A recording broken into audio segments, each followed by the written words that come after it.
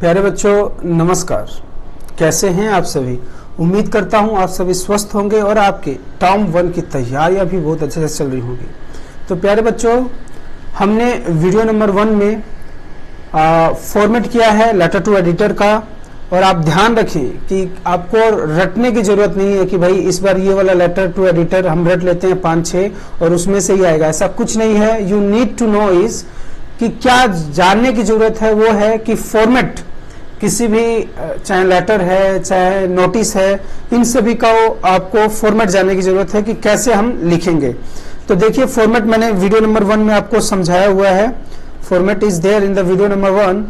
वहां से आप एक एक चीज को अच्छे से देखिए कि भाई मैंने क्या क्या इंस्ट्रक्शन दी हुई है कि कहाँ पे कोमा लगाना है, कहाँ पे नहीं लगाना है, इन सभी चीजों को आप ध्यान से देखिए। तो video number 1 is about the format of the letter to editor. ये वीडियो नंबर 2 में हम लोग क्या करने वाले हैं, देखिए सीबीएसई क्वेश्चन बैंक में से जो क्वेश्चन पूछा गया है वो वाला क्वेश्चन है, ये डायरेक्ट कॉपी पेस्ट है, वही क्वेश्चन है, उसी को हम डिस्कस करेंगे। उसके बाद there are some more questions जो मल्टीपल चॉइस क्वेश्चन होंगे। यदि आपने फॉर्मेट अच्छे से समझा है, देखा है, तो आप इन क्वेश्चंस का जवाब दे पाएंगे। तो चलिए स्टार्ट करते हैं। स्टार्ट करने से पहले मैं आपसे कहना चाहूंगा, रिक्वेस्ट करना चाहूंगा कि please do share this video so that कि उन सभी बच्चों को ये सारी चीजें मालूम पड़ जाएं। क्योंकि बच्चे अधिकतर क्या कर रहे हैं कि केवल वो लेटर टू एडिटर याद कर रहे हैं। याद करने से इस बार कुछ नहीं होने वाला, इस बार समझने से सब कुछ होने वाला है। तो please do share it and put it on your status. आप अपने व्हाट्सएप स्टेटस पे भी लगा सकते हैं सो दैट कि आपके जो भी यार दोस्त हैं, और बहुत सारे ऐसे बच्चे होते हैं, गरीब बच्चे होते हैं जो मतलब YouTube वीडियोस नहीं देख पाते, चाहे उनके टीचर्स ने बताया नहीं होता, पुराने धड़ल्ले पे चले होते हैं, but as per CBSE pattern जो चीजें चेंज हुई है हमें उसके अकॉर्डिंग काम करना पड़ेगा। तो लेट्स स्टार्ट।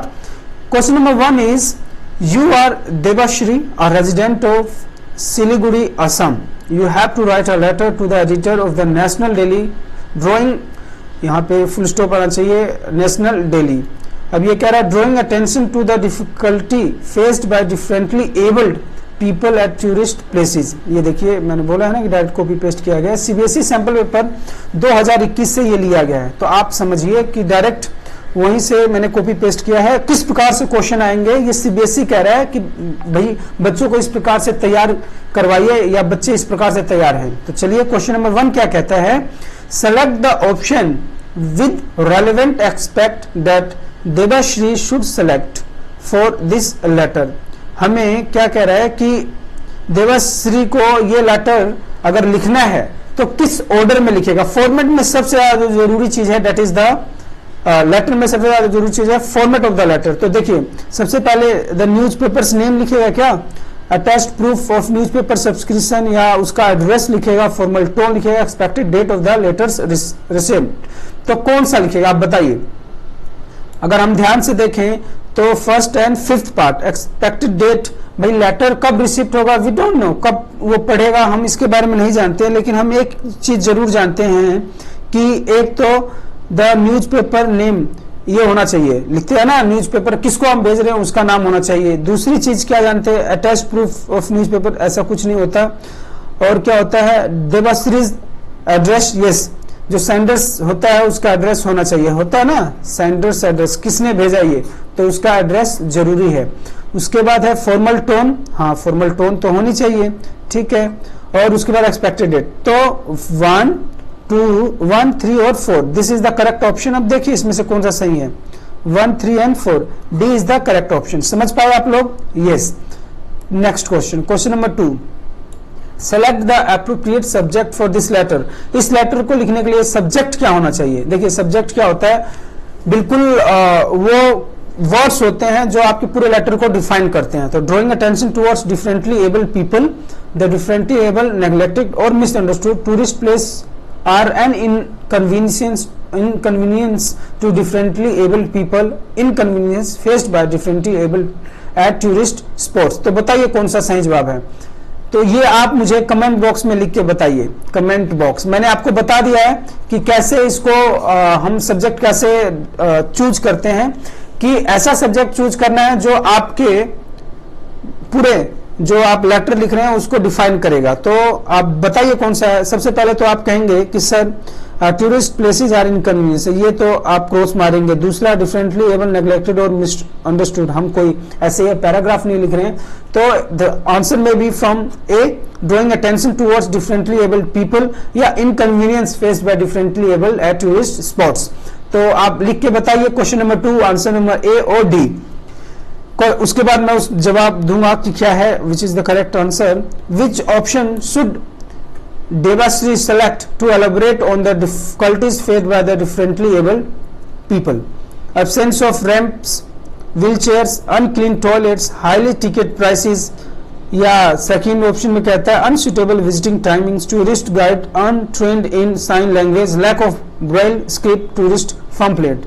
या third absence of ramps for wheel chairs, एक तो व्हील चेयर सबसे ज्यादा जरूरी है ये बात, tourist guide untrained in sign language ये चीज भी जरूरी है, लैक ऑफ ब्रेल स्क्रिप्ट। तो ये कुछ लगता है कि ये होना चाहिए। अभी रेस्ट ऑफ दी ऑप्शंस को भी देखते हैं। Fourth unclean toilets, high ticket price, unsuitable visiting times नहीं। तो जो करेक्ट ऑप्शन है that will be option number 3, क्योंकि इसमें वो सारी बातें गई हैं जो उनसे रिलेटेड चीजें हैं। तो इसका सही जवाब है option number 3। Now question number 4 पे आ जाइए। Where is the question number 4? इसमें से देखिए तो यहाँ पे आपको करना है C option number 3, this is the correct. Now Devashree shared some suggestion in her letter to address the issue.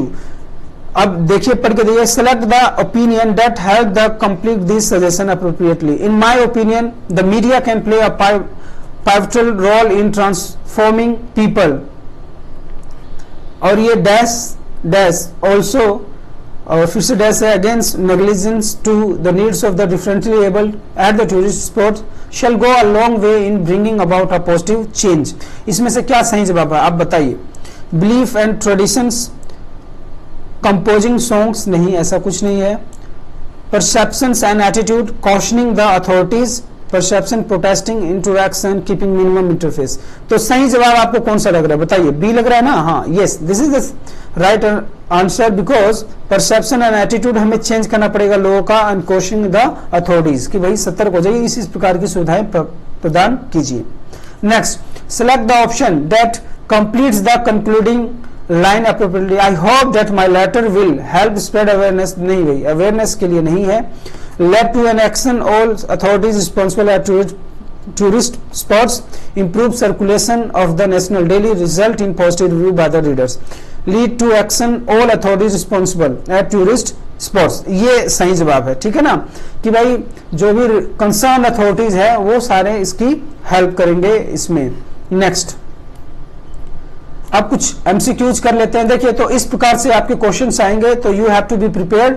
और प्रिपरेशन के लिए आपको जरूरी है क्या कि आप इस प्रकार के जो भी हैं लेटर टू एडिटर जब आप पढ़ते हैं तो हर एक चीज के बारे में बारीकी से समझें कि किस प्रकार से सब्जेक्ट लिखा गया है, किस प्रकार से बॉडी ऑफ द लेटर लिखा गया है। यदि आप ये चीजें सीखना चाहते हैं तो please go and watch video number 1। और जल्दी जल्दी से हम कर लेते हैं MCQs. A formal letter should be dash to have the desired effect on the recipient। क्या होना चाहिए? In proper format, grammatically correct, relevant या ऑल ऑफ दिस? क्या इनमें से होना चाहिए? सब कुछ ही होना चाहिए भाई, ऑल ऑफ दिस सही जवाब है। How to end the main body of a letter, main body letter का कैसे एंड करना है? By telling the recipient what he should be doing next, by showing love, by discussing weather. भाई वहां पे लव ऑफ की बातें कुछ नहीं है, भाईचारा कुछ नहीं है, डिस्कस भी नहीं करना। वेदर के बारे में क्या डिस्कस करोगे भाई? A is the right answer. By telling the recipient what should be doing next. Next, third, what should you write in the opening part of a formal letter. जो ओपनिंग पार्ट होता है formal letter का, उसके विषय में आप क्या लिखेंगे? Asking about health, no. Health के बारे में क्यों पूछेंगे आप? Asking about family, no. Informing about purpose of writing the letter, जो सबसे पहला ओपनिंग होता है कि why you are writing the letter, ठीक है ना? आप लिखते हैं ना, through the columns of your esteemed letter I would like to draw the attention of the authorities regarding this. ठीक है, तो ये आ गया आपका informing about the purpose. Fourth, the key point of a formal letter, ये क्या आ गया? हटिए भाई आप,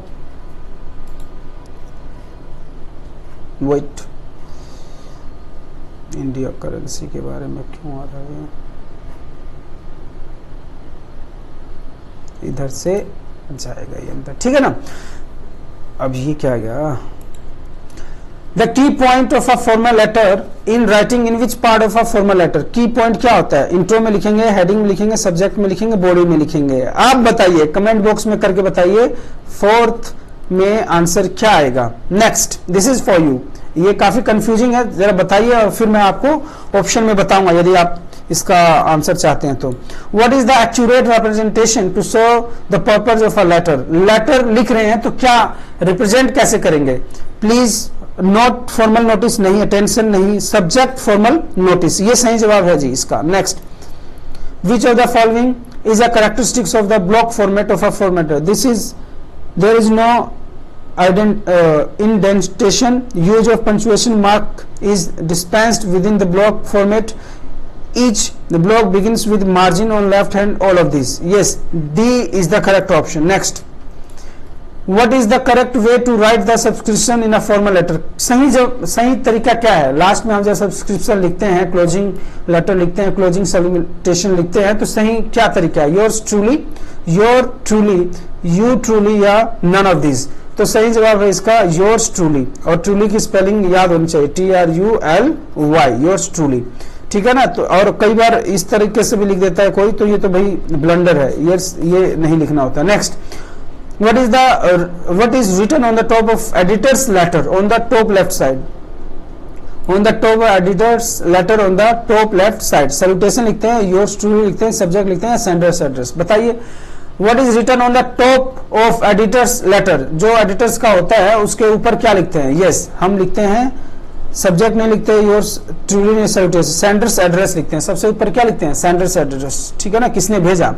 विच और this is right format of writing the date in all the format. कौन सा सही तरीका है, ये तो बिल्कुल नहीं लिखना, ये भी नहीं लिखना, ये this is the correct format, November 21 2021, या आप इस तरीके से लिखते हैं, the other format is 21 November, और स्पेलिंग पूरा लिखना है 2021। ये दो ही तरीका है जिसमें आप लिख सकते हैं, और कोई भी तरीका नहीं है, you have to write the date. Next, the subject of letter to editor should be, क्या होना चाहिए, subject long, irrelevant, brief and relevant. Brief and relevant subject जो आप लिखते हैं, ब्रीफ एंड रेलेवेंट, कुछ एक पॉइंट्स में ही लिखते हैं, कुछ एक वर्ड्स लिखते हैं और उसके पीछे फुल स्टॉप लगाते हैं या नहीं। यदि आप ये जानना चाहते हैं तो please do watch video number 1। Which of these is the most suitable salutation of a letter? Dear sir, madam लिखेंगे, मिस्टर मिसेस सर लिखेंगे, मिस्टर एडिटर, क्या लिखेंगे, तो ये सही जवाब होता है डियर सर या मैडम। आजकल डियर भी नहीं लिखते हैं, वी ओनली राइट सर और मैम, इनमें से कोई सा भी लिखना होता है तो हम लिख देंगे सर या madam. Which of the following statement is incorrect about letter to editor? कौन सा, must be formal language, must be complete in all respect, must be relevant informal, must be informal, क्या होना चाहिए। Which of the following statement is incorrect? Incorrect कौन सा है, correct नहीं भाई, इनकरेक्ट, ध्यान से क्वेश्चन पढ़िएगा। तो irrelevant information must be informal, informal नहीं होना चाहिए, it must be formal, ठीक है। Next, what is the motive of writing a letter to the editor? motive क्या होता है, to ask him take action, to order him, to request him, to give some।